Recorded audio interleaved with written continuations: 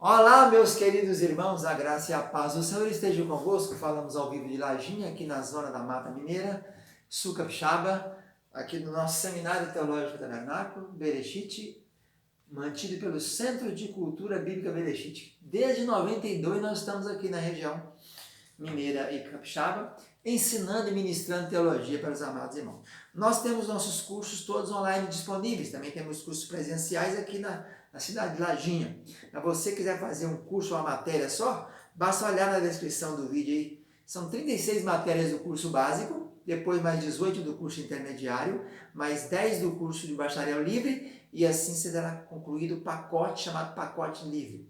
Depois, se você quiser continuar tendo o segundo grau, você poderá então fazer o curso superior de teologia, e requerendo os créditos das matérias que você fez aqui no nosso Centro de Cultura Berechite, na Faculdade Berechite, e poderá fazer o curso de 4 anos em menos anos, desde que faça o exame de proficiência amparado pela Lei de Diretrizes e Base do MEC. Nosso estudo de hoje é etiologia bíblica.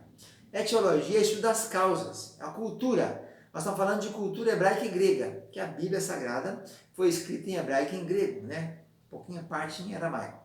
Então essa matéria chama etiologia bíblica, é a segunda parte dela. A primeira parte é dada no 5º semestre, e nós estamos agora no livro 6º, que é o segundo bloco. Então, etiologia bíblica 2. Na aula passada nós falamos então sobre a primeira parte, que é sobre as cidades, as vilas, povoados, as aldeias. Agora nós teremos 2 aulas sobre jornadas e viagens. Falaremos então desse assunto, jornadas e viagens. Vamos iniciando então falando que naquele tempo antigo não era como hoje, né?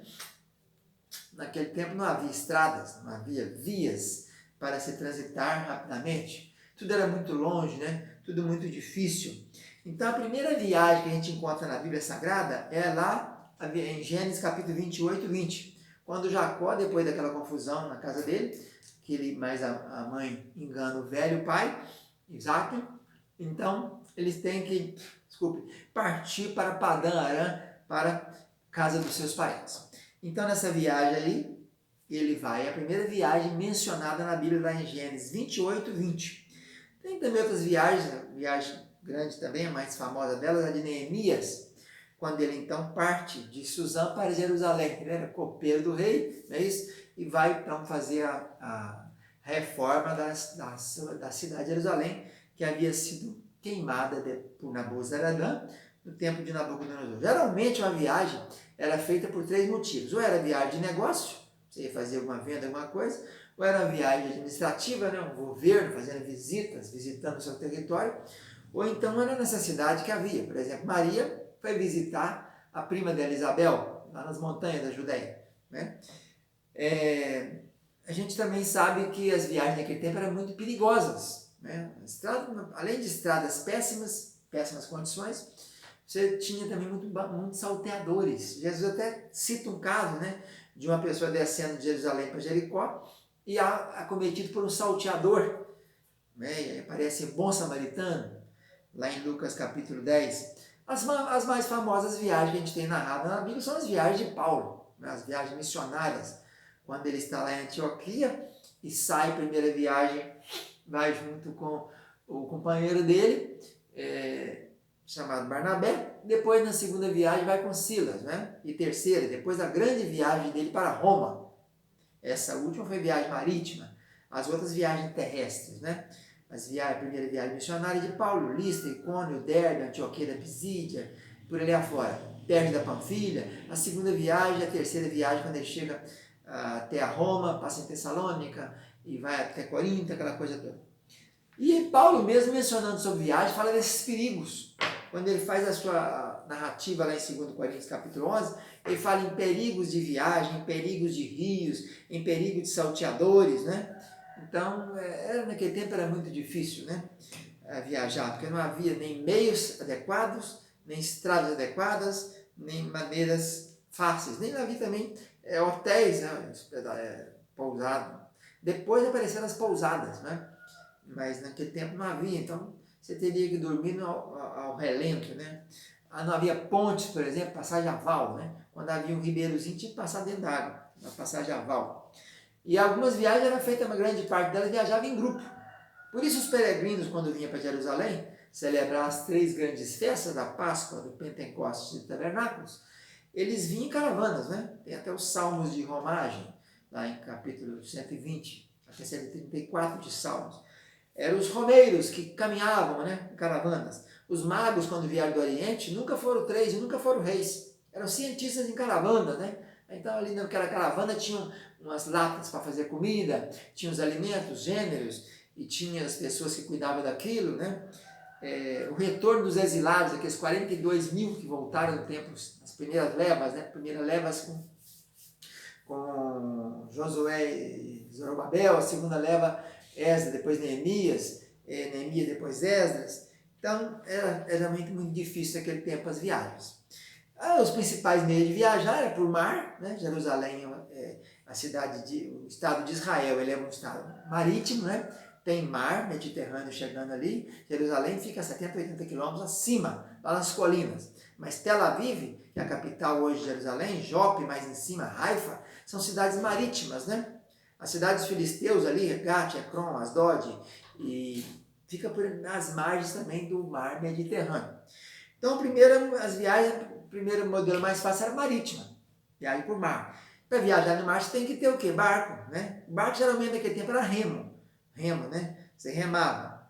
Oniá no hebraico, né? Aparece só 5 vezes no Velho Testamento. E depois tinha os navios, que eram mais navios, chamados naus também, né? Navios era a coisa mais sofisticada, né? Tinha vela, tinha um monte de componentes do navio. E navio quer dizer tsi, no hebraico, tsi, aparece 4 vezes. Em Números, em Isaías e em Ezequiel. Daniel também fala dos navios de Quitim. Quitim, uma região ali chamada até de Chipre, né? Creta, por ali afora. Paulo viajou em vários navios, né? Saindo de Antioquia, pegou navios até Mitino, Atos 27, depois que ficou em Malta, ficar 3 meses depois que naufragaram aquele primeiro navio, pegaram um navio chamado Castor e Pólux, ou Dióscuros, aqueles chamados deuses, né? Então o navio tinha, nesse texto da viagem de Paulo para Roma, quando fala do navio foi a pique, né? Garro, fala de muitas coisas, de nome dos componentes do navio, instrumentos, proa, que é a parte da frente, a popa, a armação do navio, o batel, que era um navio, um barquinho pequeno para dar salva, né? O leme que dirigia, as âncoras que seguravam o navio, as velas que o vento soprava, fala do mestre do navio, dos marinheiros, fala da tripulação, que era 276 pessoas que estavam naquele navio, que ele era feito de tábuas, né? Na hora que o navio bateu, cada um agarrou numa tábua e saiu por aí navegando. E Ezequiel fala dos pilotos do mar, que eram os mestres, né, de conduzir o navio. Então, é um dos meios principais.